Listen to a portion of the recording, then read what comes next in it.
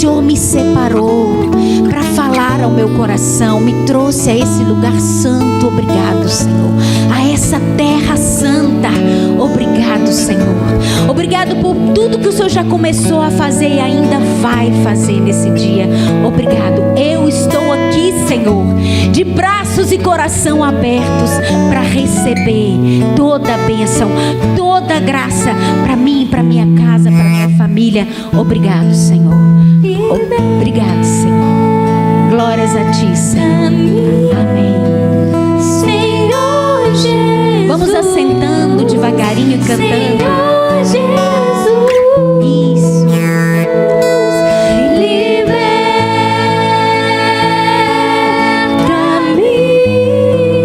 Senhor Jesus. Senhor Jesus.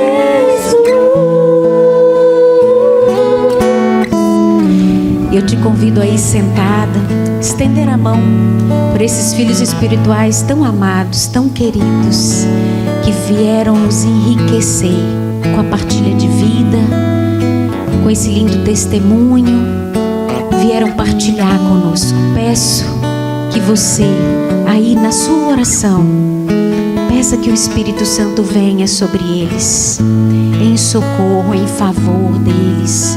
Que o Espírito Santo possa iluminar a mente, o sentido, as faculdades, para que eles possam trazer a palavra que nós precisamos ouvir, a palavra que o Espírito tem para nós hoje, nesse dia tão especial. Fala-nos através desse casal, através dessa família, através desse carisma, Senhor, desse carisma tão fecundo. Fala-nos, consagrando o Du, a Carla, toda a família, todos os filhos espirituais deles também, ao coração da Virgem Maria, todo esse momento. Ave Maria, cheia de graça, o Senhor é convosco. Bendita sois vós entre as mulheres, bendito é o fruto do vosso ventre, Jesus. Santa Maria, Mãe de Deus, rogai por nós, pecadores, agora e na hora de nossa morte.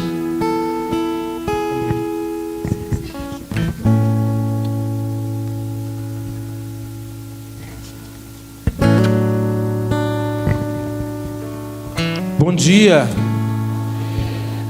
Com muita alegria que nós vamos estar com vocês nesse dia, o dia que o Senhor fez para nós, né? Um dia de alegria, mas também um dia de mergulharmos na graça de Deus, para Deus nos dar aquilo que Ele tem para cada um de nós. Vamos começar nos apresentando, né? Eu sou Eduardo, sou membro da Comunidade Católica Missão Maria de Nazaré, tenho 4 filhos, sou casado com essa mulher linda que está aqui do meu lado. Nós já temos 19 anos de casados e mais uns bons anos de namoro, né? A gente não gosta de ficar falando muito de anos, que o pessoal vai achar que a gente é velho, mas é porque a gente começou novo, né? Aí é isso, né? Quer falar? Meu nome é Carla, casada com o Eduardo. Eduardo disse 4 filhos, na verdade temos 9 filhos. 4 estão conosco aqui, mas 5 o Senhor já levou para nos ajudar, para interceder por nós lá no céu. Dos nossos 9 filhos, 4 estão conosco aqui e 5 lá no céu. Deus sabia que ia ser difícil a gente ser santo, sabe? Aí mandou muitos intercessores. Aí ele falou, vou arrumar 5 para ficar no céu, cuidando deles antes, para ver se eles conseguem chegar lá. Então os 5 estão lá puxando a gente, sabe? Para a gente poder chegar no céu, né? Então Deus nos deu, a gente pode dizer que é uma graça, né? De termos 5 filhos que nós não tivemos a graça deles nascerem, mas que estão no céu, cuidando de nós. Inclusive a nossa mais nova, a Beatriz, ela tem 7 anos, e depois dela nós tivemos 2 abortos. Ela fala que ela não é a mais nova lá de casa, ela não é a caçula, porque ela tem 2 irmãos que já estão no céu, então ela não é a caçula mais. Bom, mas hoje é um dia que Deus quer restaurar as nossas famílias. E eu confesso para vocês que eu também venho aqui na expectativa de Deus restaurar também a minha casa. Nós vamos pregar, nós vamos dar um pouco do nosso testemunho, mas Deus sempre quer restaurar a nossa casa. Deus sempre quer restaurar a nossa família. E eu venho hoje também com o coração aberto, por quê? Porque, com toda certeza, só o movimento da gente ter saído de casa e vindo para cá, e tirar esse dia para rezar, para ouvir a palavra de Deus, já é um esforço que o céu vê. E Ele sempre quer nos restaurar. Por isso, confia. A primeira palavra que eu tenho para você hoje é: confia no que Deus tem para você hoje. No que Deus tem para a sua casa. No que Deus quer fazer na sua família. Talvez você veio sozinho porque as pessoas da sua casa não puderam vir, ou até nem se interessam tanto por um encontro desse. Talvez você veio com seu esposo para rezar por aquele filho que está numa situação que precisa de uma cura, de uma libertação. Não sei a sua história. Eu sei de uma coisa: o Deus que vamos nos encontrar com Ele aqui hoje é um Deus que tudo pode e que restaura. Até aquilo que não tem como ser restaurado aos olhos humanos, Deus é capaz de fazer. Precisamos que confiemos nele e que desejemos aquilo que Ele tem para nós. E quando a gente fala de família, a gente está falando de um projeto que não é humano. A família não é um projeto humano. O casamento, os filhos, a união do homem e da mulher não foi uma ideia humana. É uma ideia de Deus, é uma ideia divina. Foi Deus que pensou, não foi algo político. Não. Deus pensou a família. Deus que teve esse projeto para cada ser humano, para que ali a gente entendesse o que é amar. Por isso, se o projeto é dele, para dar certo nós precisamos dele. E se não está dando certo é porque a gente precisa ainda mais chegar nele e dizer: Senhor, o projeto é seu.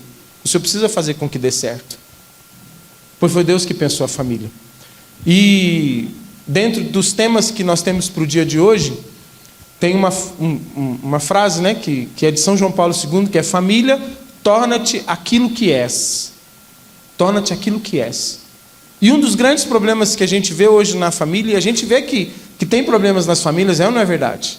Porque quando a gente olha para a sociedade, a gente vê que nós temos uma sociedade hoje doente. Não sei se vocês percebem isso.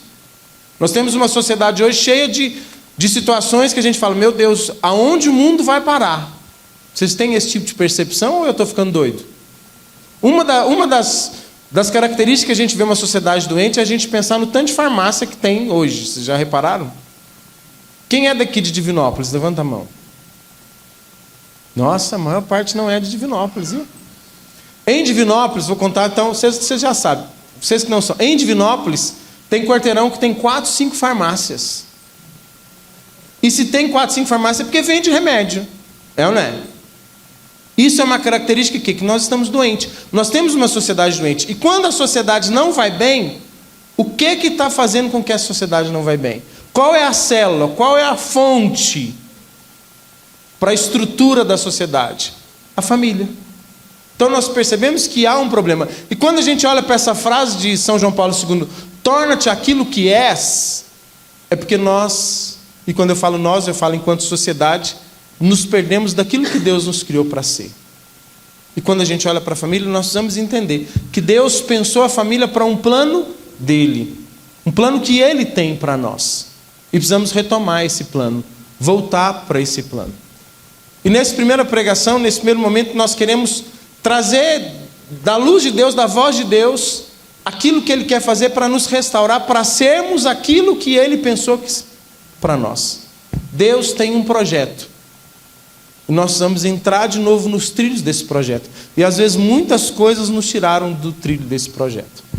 Então nós queríamos começar pegando um texto da palavra de Deus, se você puder pegar conosco, do livro de Tobias, capítulo 6, versículos de 14 a 17. Todo mundo aqui já leu o livro de Tobias? Quem aqui veio, só por curiosidade, que ainda não é casado? Levanta a mão. Você veio e ainda não está casado. Quem veio e não é casado e é solteiro, ainda não tem namorada, não tem namorado? Então, para vocês, tem uma receita antiga da Renovação Carismática, antiga mesmo. Tinha um livrinho que chamava Glorioso Encontro. Isso aí é do tempo do Dudu e da Beta, assim, não é do meu tempo não, é mais antigo que eu. O Glorioso Encontro era um livrinho que você lia o livro de Tobias todo, e rezava, e Deus ia arrumar uma Maria ou um José para você. Então, claro que aqui são pouquíssimos que estão nessa situação, mas a receita é ler o livro de Tobias, tá? Mas mesmo você que já é casado, mesmo você que já tem uma namorada, um namorado, o livro de Tobias é um livro que exorciza a nossa afetividade, a nossa sexualidade, e nos dá luz para a gente viver os nossos relacionamentos. Então nós vamos ler esse trechinho do capítulo 6, só para contextualizar, porque não dá para ler tudo. O livro de Tobias conta a história de duas famílias: a família de Tobias, o seu pai Tobit, que ficou cego, que ficou numa situação financeira muito difícil, e esse pai manda o filho dele até uma outra cidade para receber um dinheiro para poder eles voltarem a ter uma estrutura. E também ele sabia que nessa outra cidade tinha uma mulher chamada Sara que poderia se casar com o filho dele. Só que Tobias, quando pensa em mandar o filho dele, era perigoso, ele reza, ele pede a Deus. Na verdade, ele pede a Deus até a morte. E Deus manda Rafael, o anjo Rafael, para acompanhar Tobias na viagem até a cidade de Sara. Só que Rafael não vem como um anjo, vem como um homem, disfarçado de homem, chega até a casa de Tobit, fala: eu estou aqui, eu sou fulano, tal, fala algumas coisas. Tobit confia nele, fala: Tobias, fala para o filho dele, vá com esse homem até a cidade, dá todas as instruções para ele ir lá encontrar, né, aquelas pessoas que precisavam dar um dinheiro para ele, e também encontrar Sara. E Rafael acompanha Tobias, Rafael é um anjo, mas disfarçado de homem, acompanha Tobias. Tobias chega lá, conhece Sara. Sara poderia se casar com Tobias, só que Sara também tinha feito uma oração pedindo a Deus para morrer, porque ela tinha se casado 7 vezes. E as 7 vezes que ela tinha se casado, ela tinha ficado viúva antes de consumar o matrimônio. Na verdade, naquela época, casamento. Não tinha matrimônio, né? Matrimônio a gente tem após Jesus, né? Então ela tinha se casado 7 vezes, mas não tinha consumado. Por quê? Porque ela ficava viúva antes mesmo de consumar o casamento, e quem matava os maridos dela era um demônio chamado Asmodeu, que é o demônio da luxúria. Esse demônio era apaixonado com Sara. Na verdade, esse demônio, ele queria que Sara vivesse a luxúria, então ele matava os maridos de Sara antes mesmo dela consumar o casamento. E é tão interessante que aí Tobias, né, tem um diálogo com o anjo, que é o que nós vamos ler aqui no capítulo 6, no versículo 14 a 17. Você vai ler? Tobias replicou: ouvi dizer que ela já teve 7 maridos e que todos morreram. Disse mesmo que foi um demônio que os matou. Por isso, eu temo que o mesmo venha me acontecer a mim, que sou o filho único, e desse modo faça descer lamentavelmente a velhice de meus pais à habitação dos mortos. O anjo respondeu-lhe: ouve-me, e eu te mostrarei sobre quem o demônio tem poder. São os que se casam banindo Deus de seu coração e de seu pensamento, e se entregam à sua paixão, como o cavalo e o burro, que não têm entendimento. Sobre estes, o demônio tem poder. Palavra do Senhor. Um parênteses interessante, que a gente sempre tem que falar de alguns pecados que estão no meio da sociedade. Tobias vai conversar com o anjo para dizer que ele estava com medo de casar, porque Sara já tinha ficado viúva 7 vezes, e ele tinha medo de morrer também. Só que como que a gente sabe que ele ficou sabendo disso? Foi através de uma fofoca. Já viram falar de fofoca? Quando a pessoa começa dizendo assim, ouvi dizer, é porque foi fofoca. É porque quando a gente fala assim, a Carla me disse, não é fofoca, concorda? Não, eu ouvi dizer, quem te falou? Não, eles estão falando aí, ó, estão falando aí. Então Tobias tinha ouvido uma fofoca, só que a fofoca era verdadeira. 7 maridos tinham morrido. E, de repente, ele iria casar. É tão interessante que quando vocês forem ler o livro de Tobias, eles se casam, ele aceita se casar. Só que os pais de Sara, quando termina a celebração do casamento, já fura a cova de Tobias. Esse é um casamento assim de muita felicidade. As pessoas estavam esperando alegria nesse casamento, né? O pai dela, vamos porque o pai dela queria que enterrasse ele durante a noite, para que ninguém ficasse sabendo, fizesse uma coisa escondida, porque vai morrer o 8º. E eu acho que Tobias foi homem demais de casar com uma mulher dessa, que já enterrou 7, era uma coisa bem firme. Mas, aqui, o que a gente quer chamar a atenção são algumas coisas. Primeiro, são as feridas do coração de Sara. Porque Tobias estava com medo, mas imagine Sara. O que essa mulher trazia na sua história? E por que nós queremos chamar a atenção disso? Porque nós trazemos uma história também quando vamos formar nossa família. Nós trazemos marcas na nossa história, que muitas das vezes essas marcas influenciam em quem a gente é. E até no que a gente pode dar e oferecer. E é a partir daí que eu acho que a gente precisa pensar assim, o que eu tenho que fazer para vencer a minha história, para que ela não tenha tanta influência naquilo que eu vivo hoje. Nós somos frutos de uma história, e de uma história marcada por traumas, por pecados. E às vezes esses traumas e pecados atrapalham a gente até de viver e ser quem a gente tem que ser enquanto família. É ou não é verdade? Quantos de nós viemos de famílias que às vezes não foram estruturadas e não nos ensinaram a ser família? É ou não é? Casamento dos nossos pais. Quantos de nós somos frutos e até vivenciamos relacionamentos errados? Já quebramos a cara, já fizemos coisas que a gente se arrepende, que a gente não quer lembrar, e tudo isso influencia no que a gente é hoje. E por isso restaura as famílias, porque Deus quer restaurar.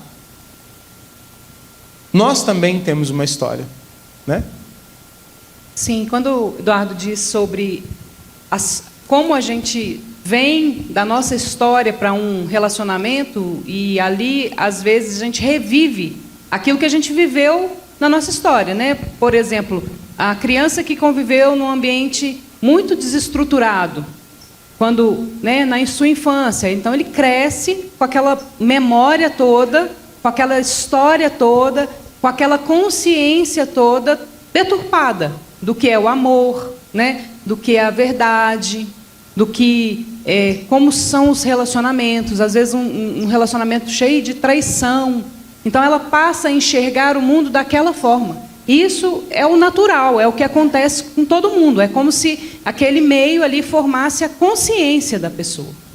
E isso vai fazendo com que toda a humanidade vá carregando como se fossem esses fardos.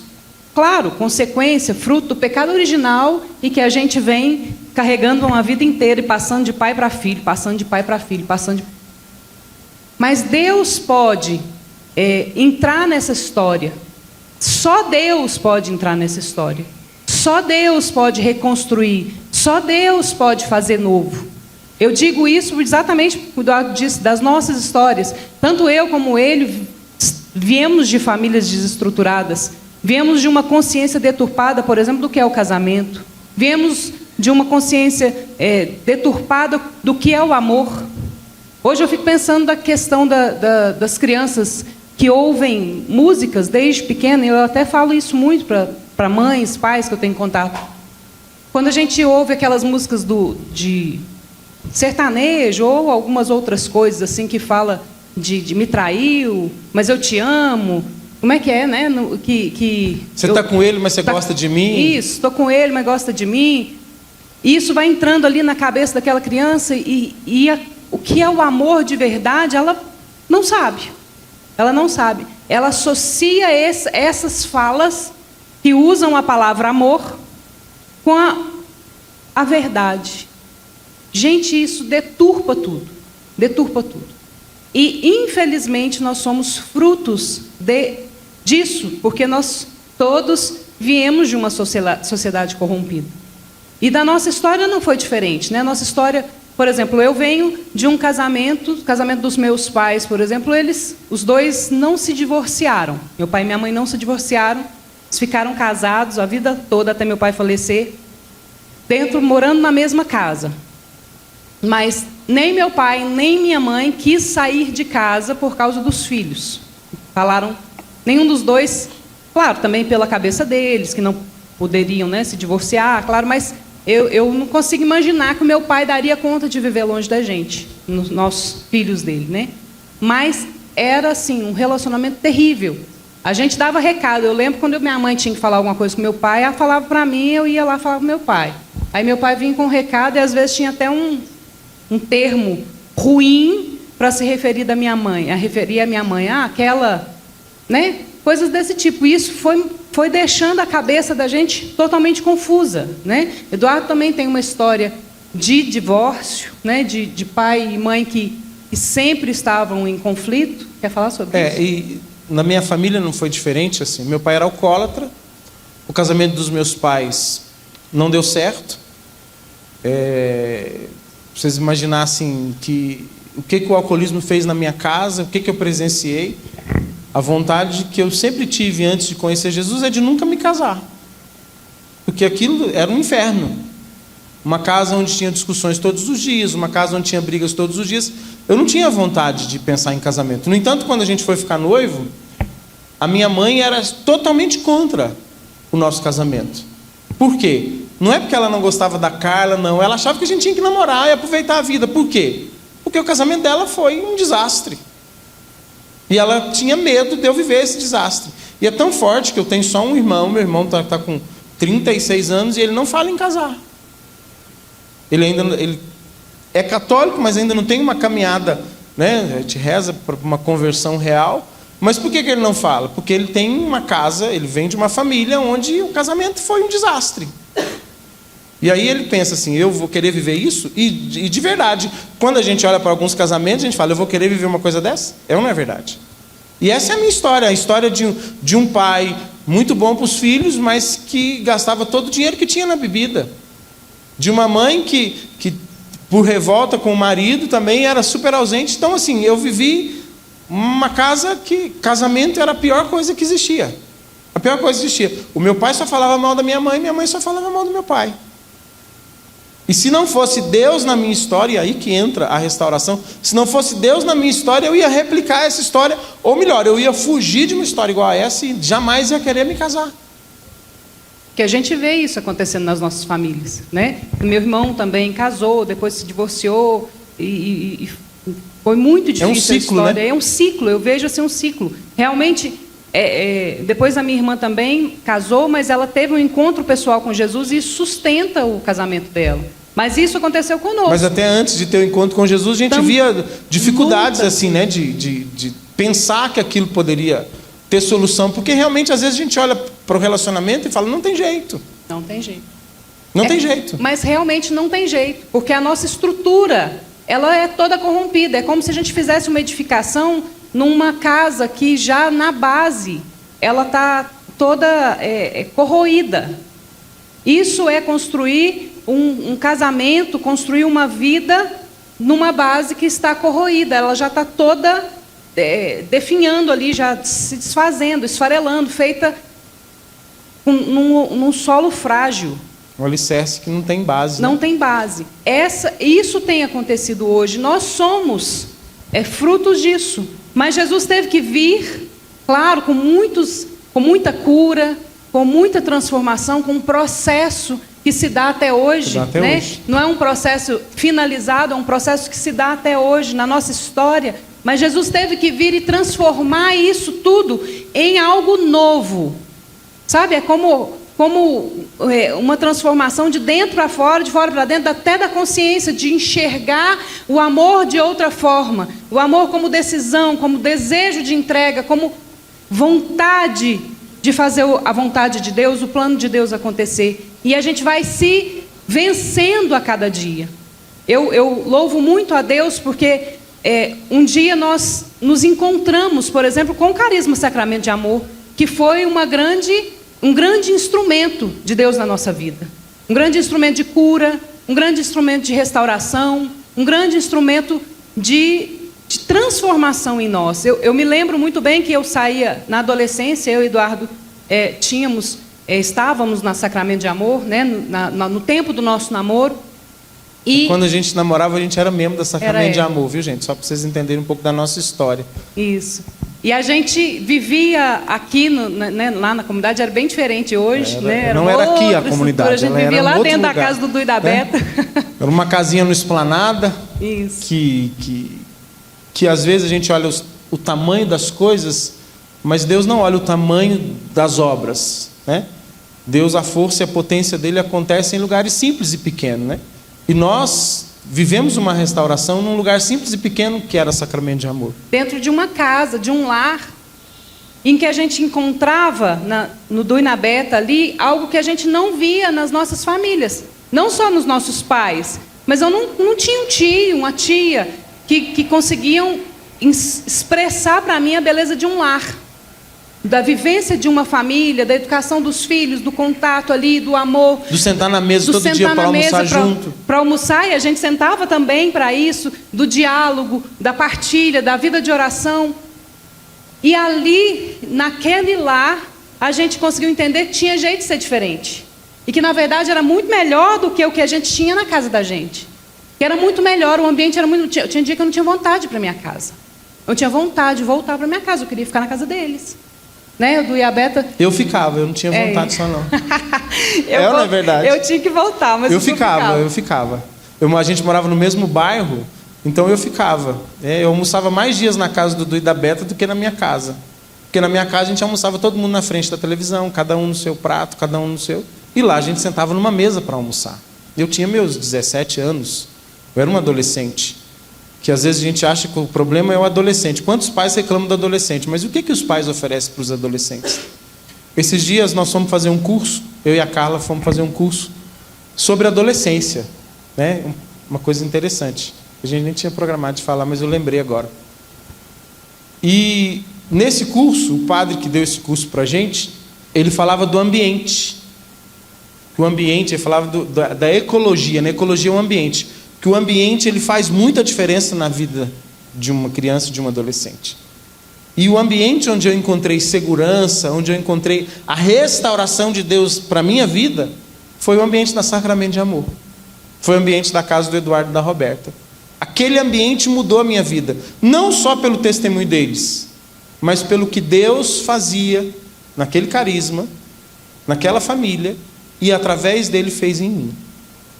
Então, é preciso a gente olhar para tudo isso e perceber que Deus pode pegar as histórias mais perdidas e fazer a diferença. Eu venho de uma família onde o divórcio é muito comum. Não é só na casa dos meus pais. Os meus tios, irmãos dos meus pais, quase todos, são 5, só um não se divorciou. Você imagina o que é isso? Pensa como é que deu certo os casamentos lá.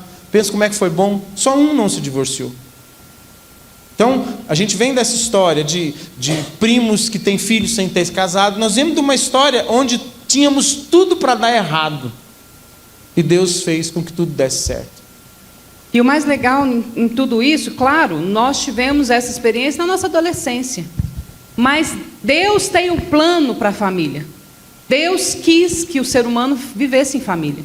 E Ele tem um plano de restauração para cada um de nós. Basta a gente se decidir, amar a Deus e buscar e querer que o Senhor vai conduzir tudo isso. Eu louvo muito a Deus porque encontro com tantas pessoas, tantas famílias sendo restauradas. Claro, a gente precisa alcançar mais pessoas e mais, mas eu fico pensando assim, Deus tem um caminho para cada um de nós, é único, não é igual o meu e o dele.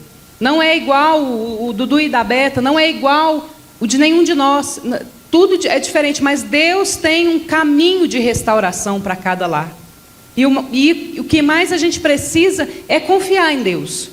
Colocar-se nas mãos dele e confiar em Deus, se entregar, se abandonar. Ah, mas eu estou aqui sozinho, meu esposo, minha esposa, não quer saber de nada.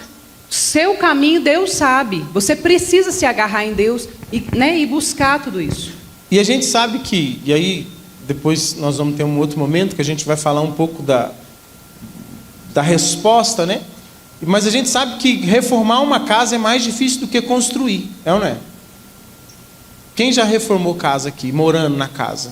É um caos, né?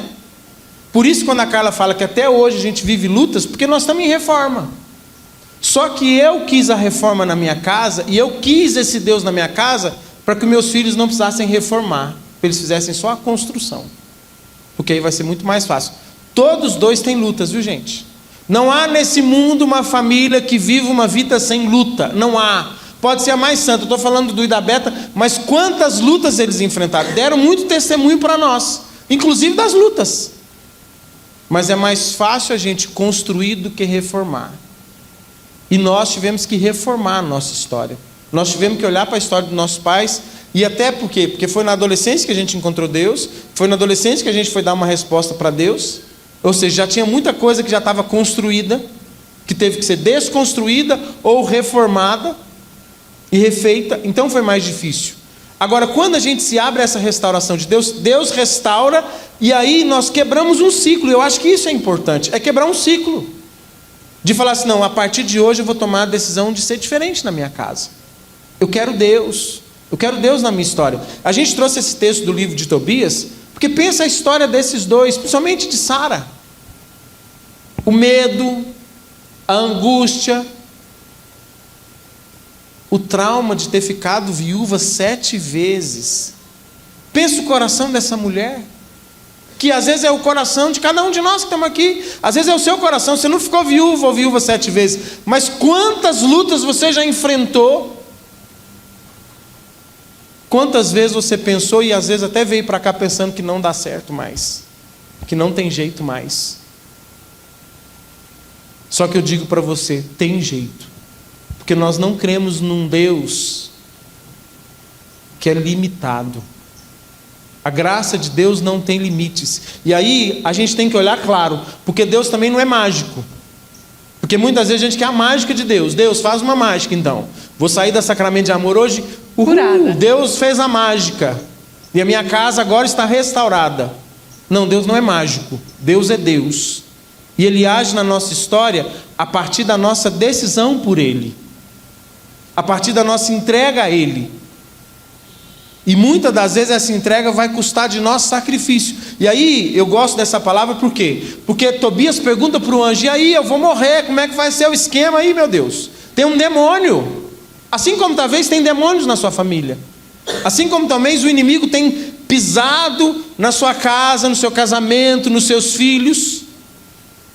O demônio pisava em Sara.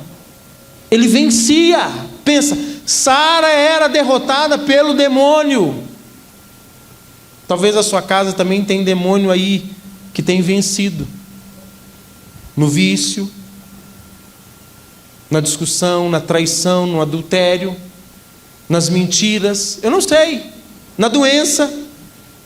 Mas aí o anjo pode falar.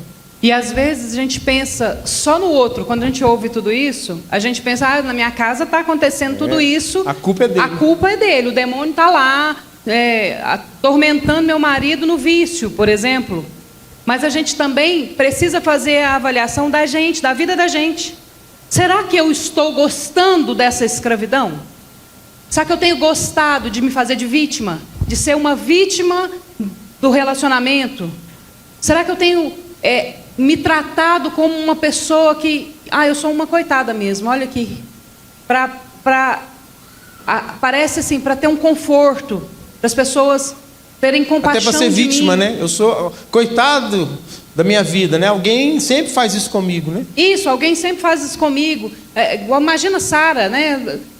O demônio sempre mata os maridos dela. Ela podia pensar, não, realmente eu tenho que morrer, porque não tem jeito. Mas naquela história ali, ela deu um passo de, vamos tentar de novo. E depois tem uma segunda parte, a gente vai ver. E é bonito assim, é bonito que ela não estava tentando pela segunda vez. Ela estava tentando pela 8ª vez. Às vezes você já tentou muitas vezes. E pensar, não tem jeito mais de tentar.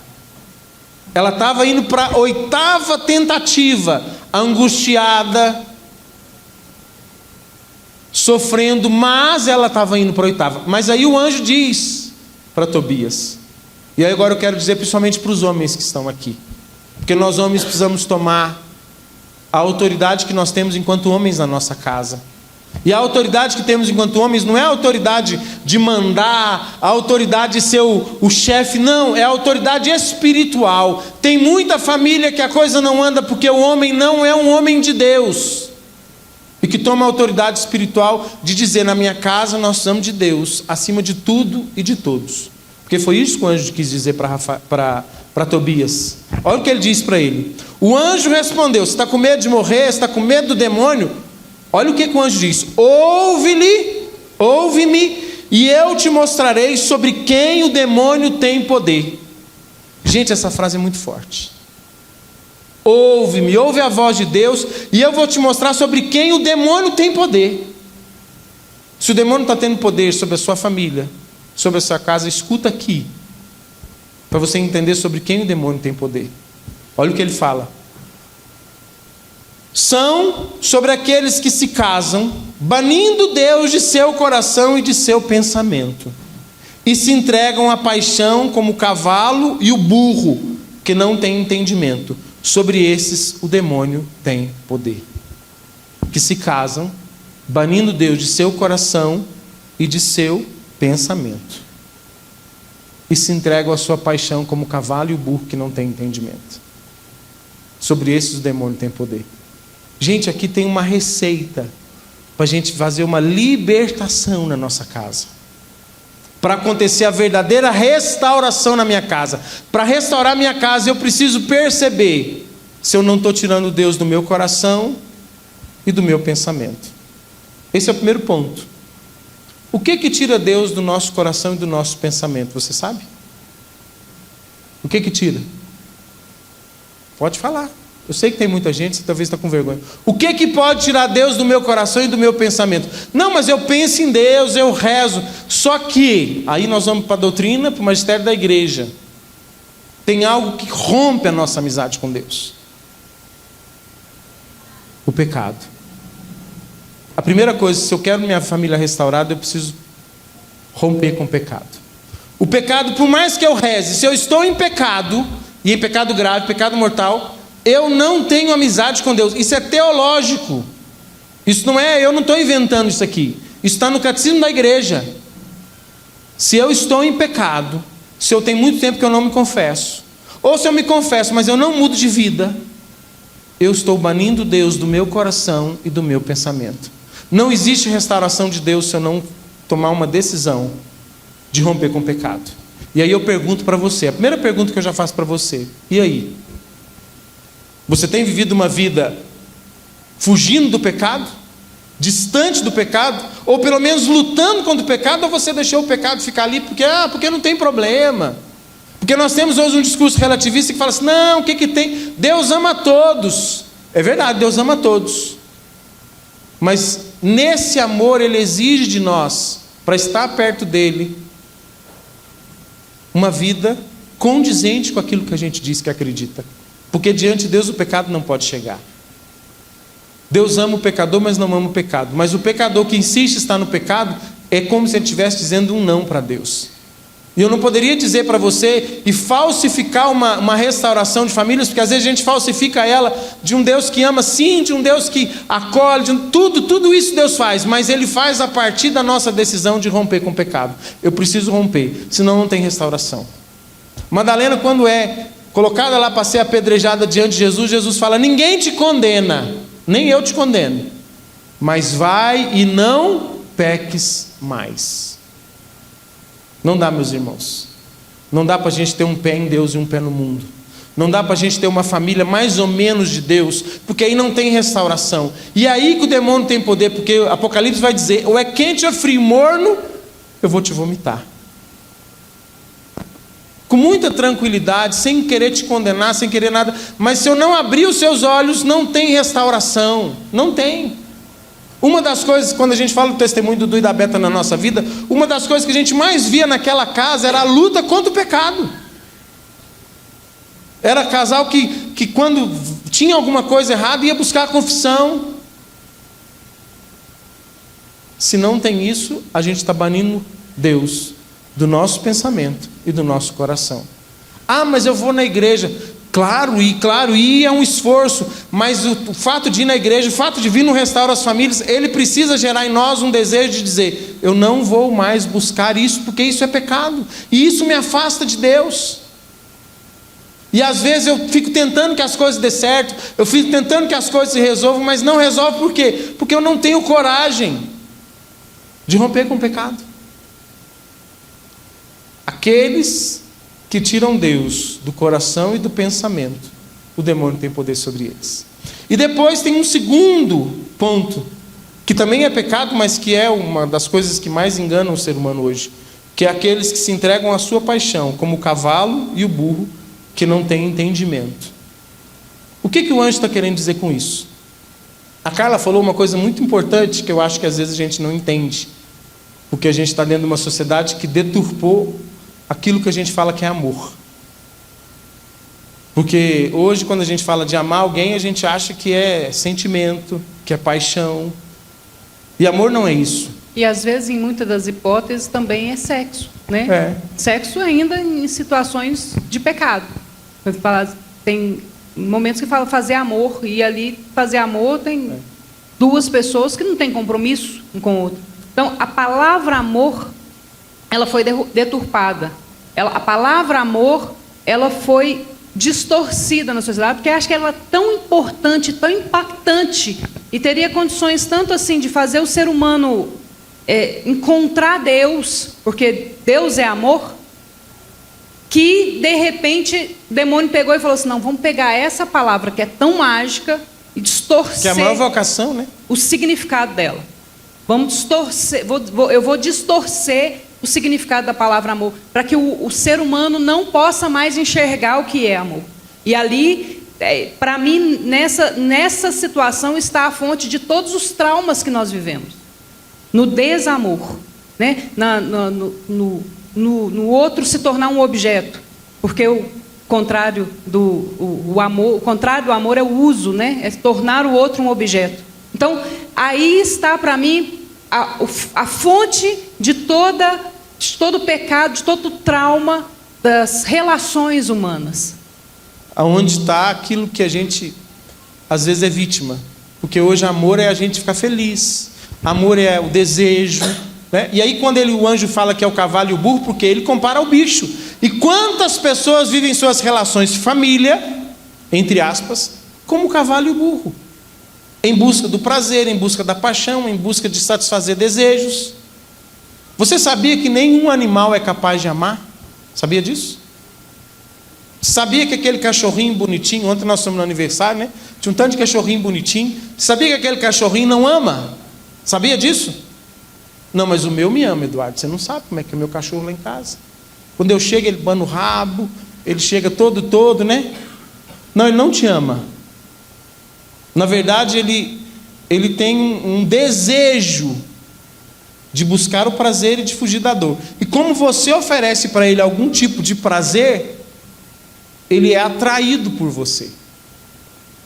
Se um dia você der ele para uma outra família, essa família tratar ele melhor do que você, ele vai demorar um tempo a se adaptar, mas depois ele vai se adaptar e vai falar: ótimo, essa família aqui é muito boa. Porque ele não é capaz de amar. Sabe por que não é capaz de amar? Porque ele não é livre. Porque ele não tem entendimento. O entendimento é a capacidade racional de decisão. Um bicho não decide. Um bicho, ele age sobre instinto. E instinto não é decisão. Decisão e liberdade é a capacidade de dizer sim ou não, por mais que eu tenha desejo daquilo. Isso é capacidade de decisão. E amor é decisão. Amor, segundo São João Paulo II, que é o mesmo que escreveu a Família e Consórcio, que é o tema, né? Família, torna-te aquilo que tu és. Segundo esse santo da igreja, amar é a livre entrega do coração. Por que é livre entrega do coração? Porque a palavra livre é o que nos diferencia dos bichos. Sabia disso? Nenhum bicho é livre. Todo bicho é escravo do seu instinto. E o que tem acontecido com as pessoas, que elas têm se tornado cada vez mais traumatizadas nas suas relações, que a restauração se torna cada vez mais necessária, é porque as pessoas têm agido sobre instinto, desejo, paixão, como o cavalo e o burro que não tem entendimento.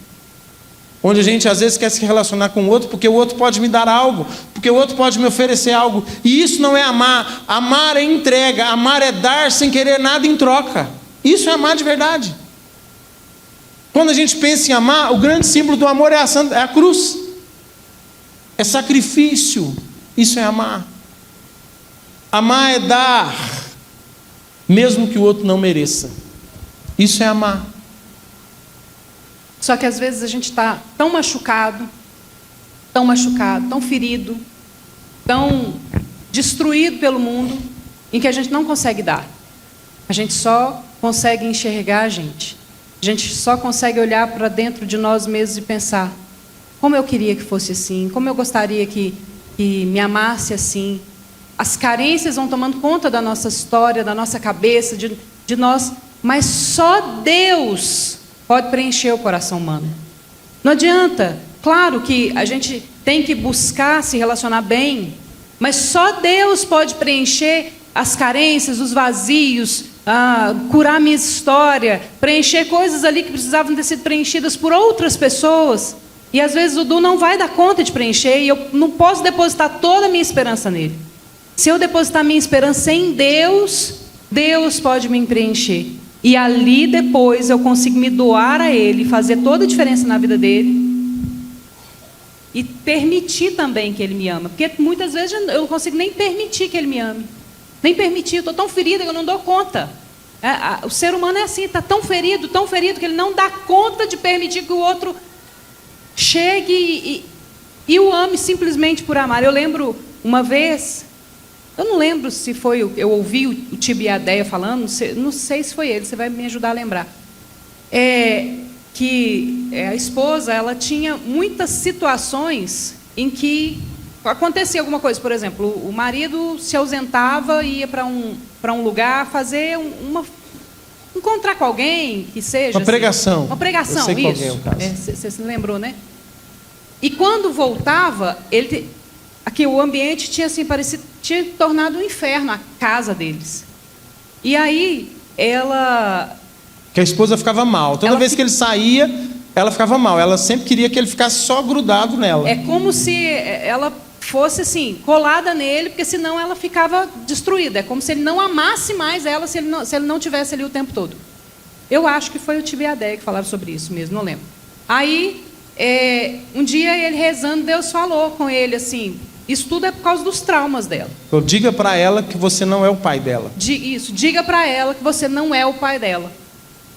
E ali, quando ele disse isso, ela parou para pensar e falou: nossa, eu só estou reproduzindo da minha história e revivendo a minha história. E na verdade eu queria mesmo, era uma cura lá com o relacionamento com meu pai, nas ausências do meu pai, o que meu pai deixou de fazer por mim. Claro que não é culpa do pai dela, que também reproduziu a história de alguém, né? Que também estava revivendo a história do pai, da mãe, sei lá. Por isso que eu falo que é como se o desamor fosse uma cascata assim, que vai chegando, uma avalanche, né? Que vai destruindo as pessoas. E quando ele disse isso para ela parou e pensou: meu Deus, o que é que eu estou fazendo? Né? Eu estou vivendo na minha casa, no meu casamento, uma história que na verdade já tinha que ter acabado lá na minha infância, que tinha que ter sido diferente na minha infância. E ali eles tomaram a decisão de rezar por isso, porque ela também não dava conta de agir diferente. E nem ele poderia resolver.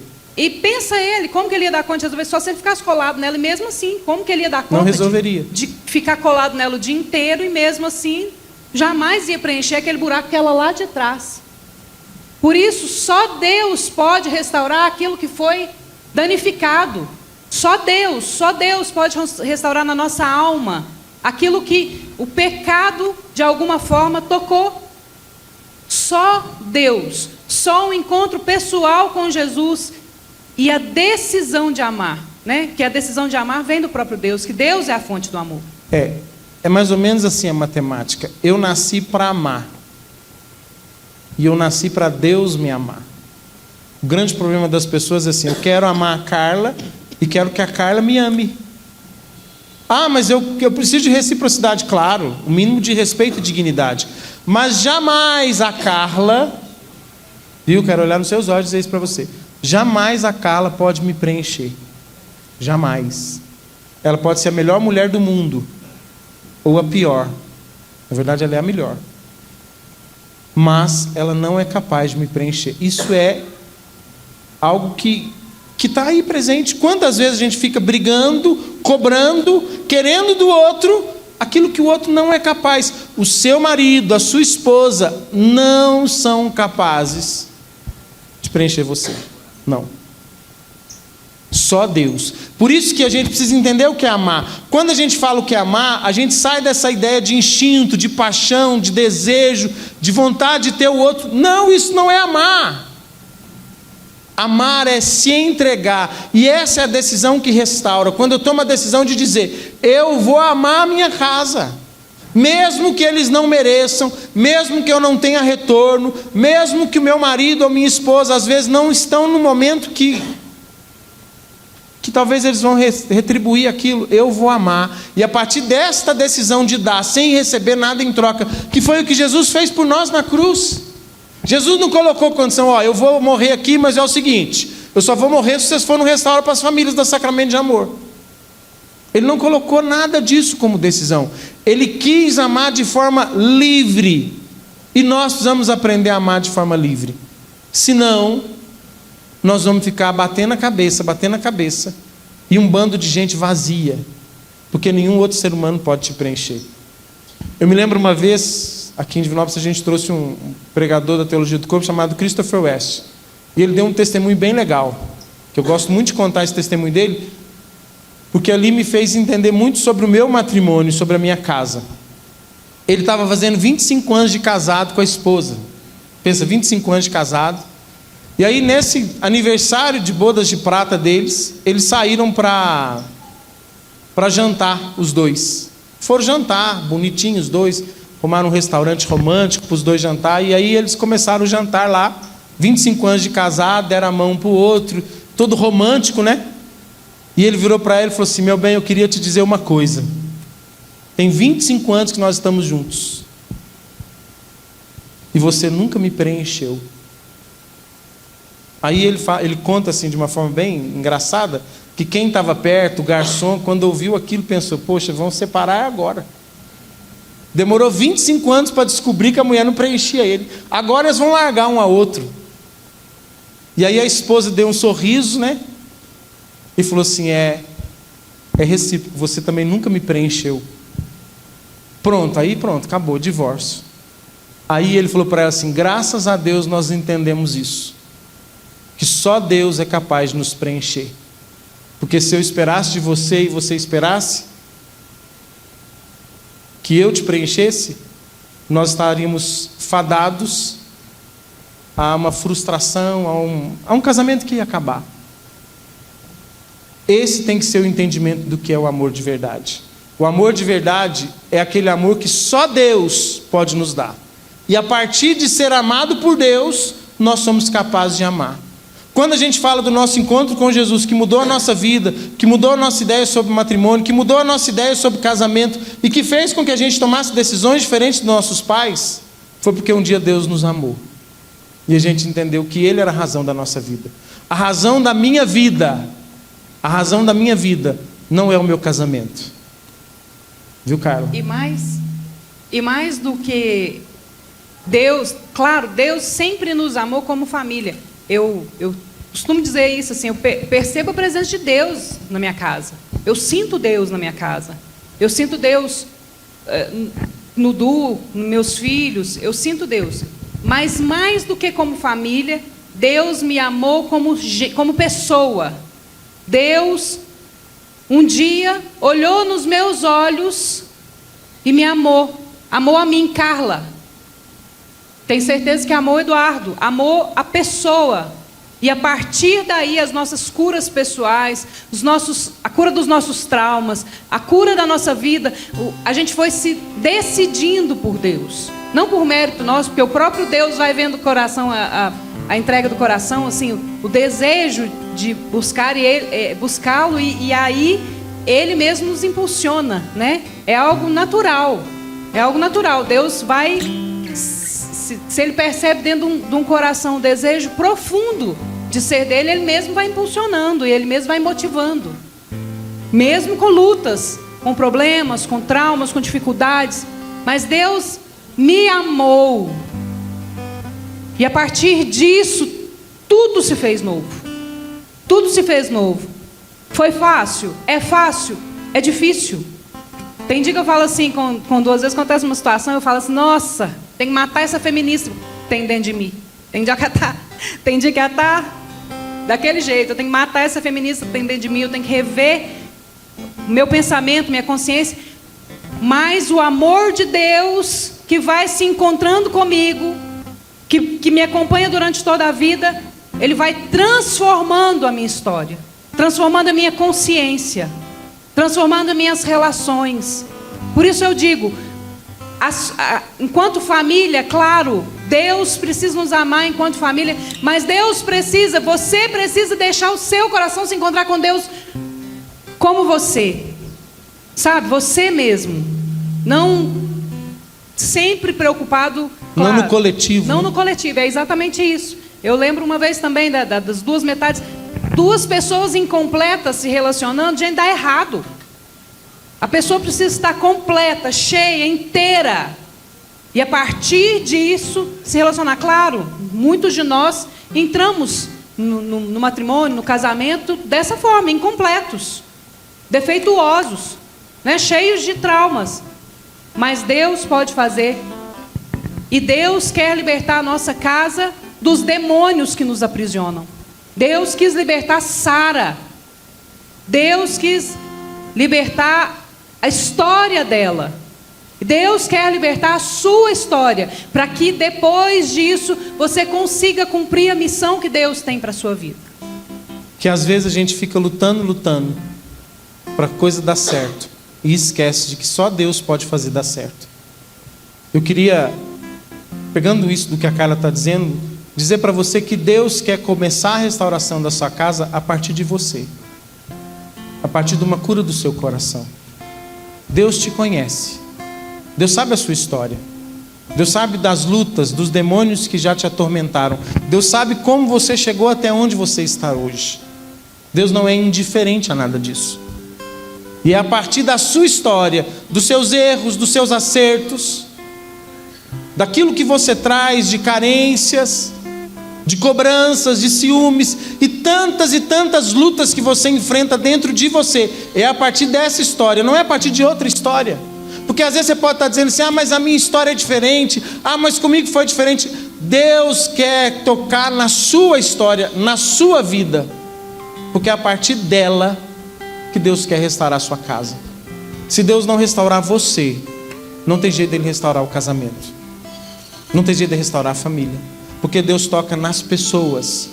E Deus restaura uma família inteira a partir de um coração. E nesse dia, a partir do seu coração. Deus quer te amar. Não um amor do mundo, não um amor de sentimento, mas um amor que liberta, que transforma, que muda.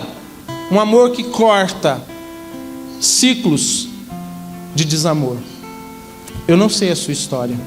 Eu não conheço a sua história. Nem o que passou e nem o que você está vivendo. Mas Deus sabe. E Deus conhece. E Ele quer tocar na sua história. Portanto, meu irmão, deixa Deus mudar você. Não se preocupe nesse momento, nesse dia, com quem não está aqui. E nem com quem está. Porque às vezes você está assim, olhando e pensando assim, nossa, graças a Deus está falando tudo isso para o meu marido. Você já está assim, Senhor, era isso que ele precisava. Jesus, eu confirmo, amém, era isso que era para ele. Sai, demônio, desse tipo de pensamento. Porque Deus não quer tocar nele. Deus quer tocar em você. Deus não quer tocar nela, Deus quer tocar em você. Porque eu vou dizer uma coisa que a Carla disse aqui. Tem hora que a gente vai para um relacionamento querendo que o outro seja aquilo que nos falta. Se está te faltando algo, se está faltando algo em você, na sua vida, é porque Deus ainda não entrou do jeito que Ele tem que entrar. Porque Deus quer nos dar tudo que a gente precisa. Deus quer nos fazer inteiro, para a partir do ser inteiro eu consiga dar ao outro. Você não pode ir para o outro para querer que o outro te dê algo, porque o outro não pode. dentro do seu coração existe um vazio do tamanho de Deus, e nenhum ser humano pode preenchê-lo. E se você não entender isso, você vai viver buscando, buscando, buscando e não encontrando nada. Quando eu digo para Carla que ela não me preenche, é porque nem ela, nem nenhuma mulher e nem ninguém pode, só Deus pode me preencher. E você precisa entender isso, que só Deus pode preencher o seu coração ao ponto de você estar pleno e completo. E a partir daí de estar pleno e completo, você vai ser capaz de amar. E aí você vai ser capaz de ser família. O plano de Deus para a família é um plano para que Ele possa amar aqueles que estão ali e a partir desse amor viver essa missão. Portanto, meu irmão, eu quero te convidar a abrir o seu coração para Deus nesse dia. A abrir o seu coração para Deus tocar na sua história, independente de qual que ela seja, para que Ele possa te amar nesse dia. Portanto, para a gente começar já num breve momento de oração, depois do intervalo nós vamos ter um grande momento de oração, e eu quero que você venha com o seu coração aberto, porque nesse momento Deus quer te amar. E não venha pensando naquele que não está aqui, e nem pensando naquele que está do lado. Deus quer restaurar você. Ah, Eduardo, mas eu estou rezando para o meu filho que está usando droga. Se você não estiver restaurada, você não vai dar conta de lutar contra as drogas, contra esse demônio. Se Deus não estiver restaurando o seu coração, você não vai ter força para lutar contra o câncer, para lutar contra o divórcio, para lutar contra a traição, para lutar contra tantas e tantas coisas que você tem que lutar. Deus quer amar você. Amém? Coloca a mão no seu coração. Respira fundo. Se acordar. Isso. Fecha os seus olhos um pouquinho. E olha aí para dentro. E do jeito que você souber, apresenta para Deus a sua história. Fala: Senhor, o Senhor sabe que eu vivi até aqui. O Senhor sabe das minhas frustrações, das brigas. O Senhor sabe da vontade que eu tive de desistir, de não querer mais. O Senhor sabe da depressão, da solidão, da mágoa. Tu sabes tudo, Senhor. E eu te peço nesta hora, vem restaurar o meu coração, a minha vida. Eu preciso hoje, Senhor, ser restaurado. Vá dizendo para Ele, rasgue o teu coração. Deus pode tudo, mas Ele quer que você se abra, permita. E a sua oração agora é a oração de permitir que Deus faça, de dizer para Ele quantos vazios você traz aí dentro. O Senhor toca em pessoas que perderam a esperança, que olham para tantas famílias e falam: ah, mas a minha nunca vai chegar lá. Coloca para Deus, fala: Senhor, eu perdi as esperanças. Coloca tudo isso diante do Senhor. E apresente seu coração para Ele. Fala: Senhor, eu quero. Não sei nem o que eu preciso de verdade, mas eu quero. Eu quero ser amado nesse dia. Eu quero ser restaurado neste dia. Eu quero vencer, Senhor, tudo aquilo que aqui dentro só eu vejo e o Senhor também tem me atormentado. Os meus medos, as minhas ansiedades. Eu quero, Jesus. Eu quero o teu amor na minha vida, Senhor. Eu e minha casa serviremos ao Senhor. Eu e minha Permanece com os olhos fechados, serviremos a mão no coração. ao Senhor. Eu e minha casa serviremos ao Senhor. Eu e minha casa serviremos ao Senhor. A minha família é uma bênção, vontade de Deus, maior riqueza. A minha família é uma bênção.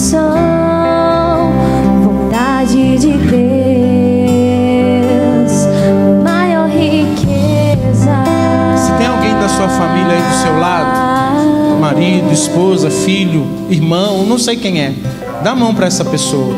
Se não tem ninguém, você vai se abraçar. Se não tem ninguém da sua família, você se abraça. Mas se tem alguém da sua família, pega na mão dessa pessoa. Pega firme na mão dela. Deus, Ele quer nos amar através de instrumentos que Ele usa. E as pessoas são os instrumentos. Se você não tem ninguém aqui, mas vai te abraçar, e Deus quer te abraçar. Mas se tem alguém aqui, Deus quer também te tocar através dessa mão, dessa pessoa. Talvez é alguém até que você precisa perdoar. Talvez é alguém que você está aí tentando fazer dar certo. Mas não olha para essa pessoa agora, segura na mão dela. Porque se Deus colocou essa pessoa na sua família, na sua casa, Ele é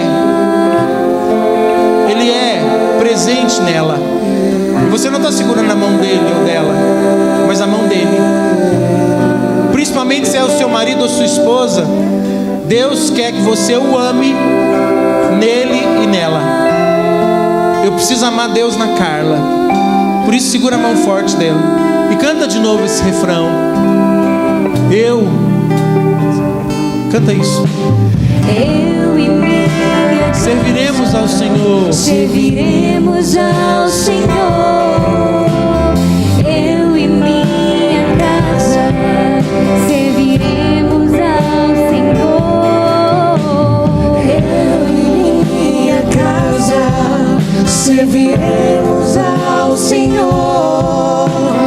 Eu e minha casa serviremos ao Senhor. A minha família. Canta isso, proclama, é uma bênção. É uma bênção, vontade de Deus, maior riqueza. A minha família é uma bênção, vontade de Deus,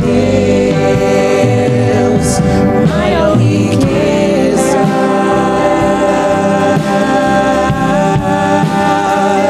Vem proteger toda a minha família, nenhum mal tem poder sobre nós. Canta isso, vem proteger. Vem proteger toda a minha família, nenhum mal tem poder sobre nós. E as trevas vêm tentando destruir, confusões vêm tentando dividir. Alguns querem se afastar de ti. Não desistirei daqueles que o Senhor me deu. Eu não desistirei da minha família. Não desistirei dos meus. Não desistirei da minha família. Não desistirei dos meus.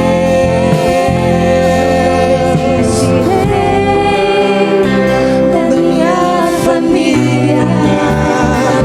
Não desistirei dos meus. Não desistirei da minha família. Não desistirei dos meus. Pra gente terminar, pode abrir os seus olhos e fala pra pessoa do seu lado assim: não desista. Não desista. Sara não desistiu. Você também não pode desistir. Não desista. Vale a pena. Dá um abraço nela, um abraço forte. Se é marido e mulher, tem que dar beijinho, né, gente? Pelo amor de Deus. Amém?